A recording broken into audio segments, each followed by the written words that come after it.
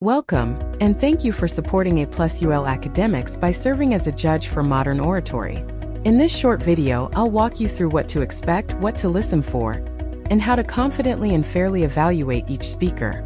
Whether this is your first time or you're returning for another season, this quick refresher will get you up to speed. When you arrive at the tournament, you'll receive an event packet for each round you're judging that day. Most judges are scheduled for multiple rounds. Each packet is specific to one round and includes everything you'll need to run it. One of the first things you'll see inside is a set of judge directions. Make sure to review these before the round begins. They give you a quick overview of the event and what's expected of you. Inside each packet, you'll find a room roster, usually with 6 to 10 students. This helps you check attendance and track the speaking order. You'll also have a set of judging ballots, one for each student. You'll use these to record scores and brief comments during the round. Finally, there's a judge note sheet. This is just for your quick impressions or notes as students speak. We'll go over how to use each of these in more detail as we walk through a round. A list of 5 modern oratory topics is published at the beginning of the school year. Students choose their topic from that list before the tournament, typically taking one side or the other of the issue presented. The official topic list is included in the event packet you receive for the round. At our tournaments, elementary and middle school students have separate topic lists designed for their grade levels. Students prepare a memorized speech that supports their chosen side of the topic. Let's take a moment to talk about classroom setup and managing the room. As a judge, you're responsible for keeping the room clean and orderly. We're guests on the school campus, and we hope to be invited back. Please monitor students and observers. Avoid moving any teacher belongings or sitting at their desk. Before the room fills up, take a few pictures. This will help you return everything to its original place when you're done. Classroom setups will vary. Just do your best with what's available. Sit in front of the speaker, not behind. I recommend sitting near the back when possible so you can see the speaker and monitor the room. Students may bring up to 2 adult observers. Seat students in the front and observers in the back to minimize distractions and maintain the integrity of the contest. The presentation zone at the front is where students will stand to give their speech. Once everything's in place, head outside to wait for students to arrive. You'll stand at the door with the roster during the check-in window and greet students as they arrive. Each student may bring up to 2 adult observers. These must be adults only. No other students or young children are allowed to attend as observers. Students begin lining up 15 minutes before the event starts, so plan to arrive a few minutes earlier to check the room and get settled. Stand at the door with your roster. Check off each student's name as they enter. If someone doesn't show by start time, mark them as no-show. If a student arrives who isn't on your roster, it's likely a registration issue. These are rare and must be approved by the tournament director. To avoid a scene, quietly add their name at the bottom and follow up with staff afterward. Once it's time for the contest to begin, close the door and enter the room. Make sure all students and observers are seated in the appropriate areas. Read the directions aloud using the script provided in your packet. You're welcome to add your own style and tone or clarify where needed, but be sure not to skip any important information. This helps ensure all students receive the same directions and understand what's expected. Students are listed on the roster in the order they should speak, so student number 1 speaks first, student number 2 goes second, and so on. If you have any no-shows, just skip them and move to the next student. Speeches must be between 3 and 6 minutes.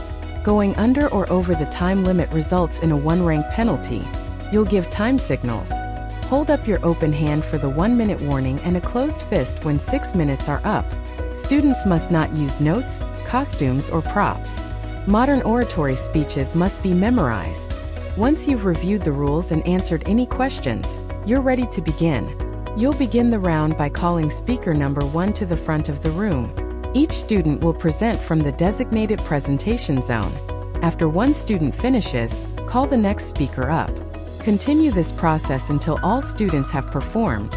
You will complete a ballot for each speaker in the round. As a judge, you'll be scoring each student in 4 main categories: delivery, organization, content, and overall effectiveness. Each section has space for you to leave written comments. These comments are incredibly valuable to students and coaches, so we ask that you write in clear, age-appropriate language.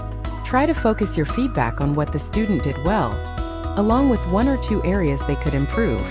This keeps your comments helpful, encouraging, and easy for young speakers to understand.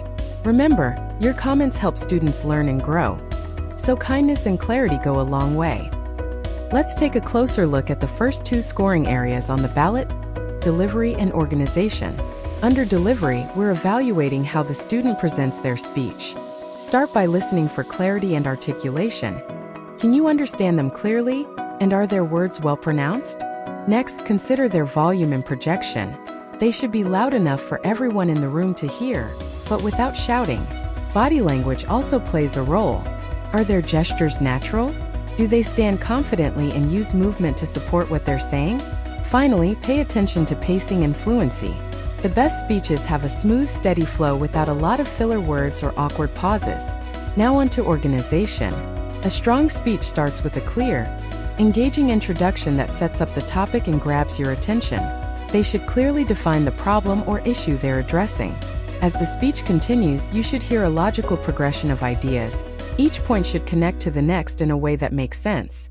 Then, a strong conclusion should tie it all together by summarizing key points and restating the speaker's position with confidence. Now let's go over content and overall effectiveness. For content, you're evaluating the strength and depth of the ideas in the speech. Look for depth of analysis. Does the student go beyond surface-level arguments? Are they using evidence to support their points, such as facts, examples, or reasoning? You're also judging their critical thinking. Do they make thoughtful connections or show insight into the topic? And finally, consider originality. Is their approach fresh and creative? Or does it sound overly rehearsed or copied? Overall effectiveness is a big-picture category. Was the speech engaging? Did it hold your attention? Was it persuasive? Did the speaker clearly support one side and make a convincing case?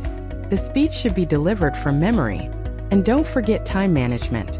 Speeches should stay within the 3 to 6 minute limit, with ideas spaced out appropriately throughout. These final categories help you evaluate the impact and completeness of the student's performance. Ballots are returned to the schools, but to keep an official record of the round, each judge also fills out the speech judge notes form. Simply use the template provided. Write in each student's name, their final rank, and include a brief note about their performance. This gives the tournament team a clear snapshot of what happened in your room. You'll also need to record student ranks on the roster, the same one you used to check students in. On the screen, you'll see an example with the ranks written in red. Remember, there can be no ties in Modern Oratory. Each student must be ranked individually from first place to last. Use your evaluation sheets to help you decide. Some judges rank as they go. For example, once the second student finishes, they'll compare the first 2 and place their ballots in the order they're leaning toward. As more students perform, they continue updating the order of the stack, always comparing and adjusting. Others take notes and decide on final rankings after the last speaker. Either approach works. The most important thing is to be fair and consistent. Make sure your rankings match the quality and impact of each student's performance, based on your observations and the ballot criteria. Once all students have finished speaking, you're ready to end the round. Thank the students and observers for participating and let them know they are free to go. There's no need to make a big announcement.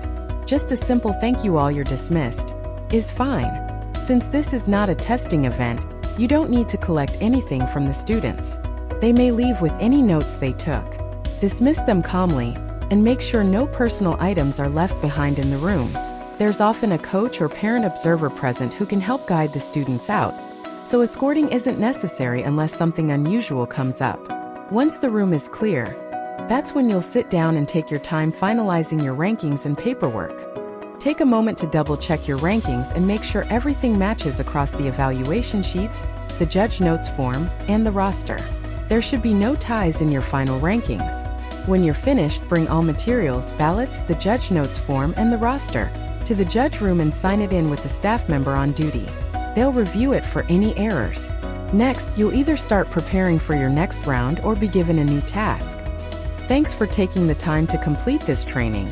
We appreciate your professionalism and support in making these events run smoothly. If you have any questions, don't hesitate to reach out. We're here to help.